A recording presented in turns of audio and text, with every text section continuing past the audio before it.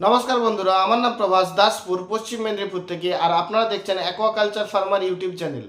Biofloc বা tank culture নিয়ে আমি যে সিরিজ তৈরি করেছিলাম, এটা আজকে তার 6 নম্বর পর্ব। এই পর্বে আপনাদের সঙ্গে আমি নার্সারি ট্যাঙ্কে শিঙি মাছের বাচ্চা ছাড়ার পর থেকে তার কিভাবে পরিচর্যা করবেন সেটা নিয়ে আমি এই ভিডিওর মাধ্যমে আলোচনা করব। তো ভিডিওটি না টেনে শেষ পর্যন্ত দেখতে থাকুন, তাহলে বুঝতে পারবেন কিভাবে আপনাদের নার্সারি ট্যাঙ্কে বাচ্চা পরিচর্যা করবেন এবং মোর্টালিটি ছাড়া আপনারা কিভাবে মাছকে চাষ করবেন। চলুন ভিডিওটি না টেনে শেষ পর্যন্ত দেখতে। তো নার্সারি ট্যাঙ্কে শিঙি মাছ ছাড়ার 3 ঘন্টা পর থেকে আপনাদের শিঙি মাছকে খাবার খাওয়াবেন। তো শিঙি মাছটা আপনারা যত লাইনে ছাড়বেন সেই হিসাবেই আপনাদের খাবারের আর সাইজটা ডিপেন্ড করবে। যদি আপনারা 3000 লাইন বা 2500 বা 3000 লাইনের মধ্যে মাছ ছাড়েন, সেক্ষেত্রে আপনাদের 0.6 থেকে 8 mm 0.8 mm যে কোনো কোম্পানির খাবার, তবে আমি বলবো ছোটোবেলায় একটু হাই প্রোটিনযুক্ত ব্রোয়েল কোম্পানির খাবারটা দেওয়াটা বেটার হবে। যদি আপনাদের বাচ্চা 4000 বা 4500 লাইন বা 5000 লাইন এই ধরনের কোনো বাচ্চা হয়, সেক্ষেত্রে আপনাদের ডাস্ট খাবারের প্রয়োজন হবে। তো আমি আমার ট্যাঙ্কে কোনোদিন ডাস্ট খাবার দিইনি।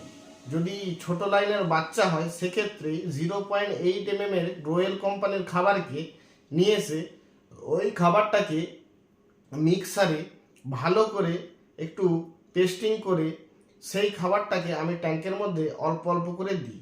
তবে ছোট লাইনের চারা আনলে প্রায় 5 থেকে 7 দিন আপনার এই ধরনের গুঁড়োনো খাবারের প্রয়োজন হবে। তবে এই খাবারকে বেশি দিন খাওয়াবেন না, তার সঙ্গে অল্প কিছু 0.8 mm খাবার মিশিয়েও খাওয়াবেন। কারণ ট্যাঙ্কের মধ্যে যখন মাছটা ছাড়বেন, দেখবেন এটা বিভিন্ন ধরনের সাইজের মাছ আসবে। কিছু মাছ অনেকটাই বড় হয়ে যাবে, কিছু মাছ একটু মিডিয়াম থাকবে, কিছু মাছ একটু ছোট থাকবে। তো তার জন্য আপনি একটু ওই গুঁড়ো করা খাবার প্লাস তার সঙ্গে 0.8 mm খাবার খাওয়াবেন।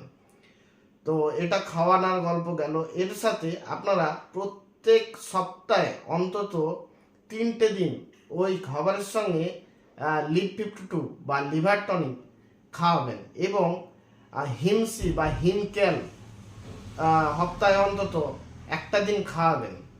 আর তার সাথে সপ্তাহে একটা দিন অন্তত আপনারা যে কোনো কোম্পানির একটা মাল্টিভিটামিন খাওয়াবেন। এটা আপনারা এই পুরো সপ্তাহ ধরে খাওয়াবেন। মাছ ছাড়ার পরেই সঙ্গেই কোনোদিন অ্যান্টিবায়োটিক খাওয়াবেন না। আগে 1 থেকে 2 দিন দেখবেন মাছের কোনো প্রবলেম যদি আসে, সেই ক্ষেত্রে আপনারা 3 দিনের অ্যান্টিবায়োটিকের একটা কোর্স করাতে পারেন। অ্যান্টিবায়োটিক আপনারা অক্সিটেট্রাসাইক্লিন বা টেট্রাসাইক্লিন বা ডক্সিসাইক্লিন এই 3টের মধ্যে যে কোনো একটা ওষুধ খাওয়াতে পারেন। আর মাছ ছাড়ার পর থেকে যখন আপনারা জলে খাবার দেবেন, তখন থেকে জলে হালকা হালকা ময়লা সৃষ্টি হবে। তো চেষ্টা করবেন নার্সারি ট্যাঙ্কে অন্তত 2 দিন ছাড়াই আপনাদের ট্যাঙ্কের জল অন্তত 50 থেকে 100 লিটার জল আউটলেট করে বের করে দেবেন। এর ফলে আপনাদের ট্যাঙ্কে অ্যামোনিয়া হওয়ার চান্স খুব কম থাকবে এবং 50 থেকে 100 লিটার জল ওই 1-2 দিন ছাড়া আবার ট্যাঙ্কে নতুন জল দিয়ে দেবেন। তো এইভাবেই আপনাদের নার্সারি ট্যাঙ্কে শিঙি মাছকে পরিচর্যা করুন 1 থেকে 1.5 মাস। তার মধ্যে আপনাদের মাছ মোটামুটি 500 লাইনের মধ্যেই চলে আসবে।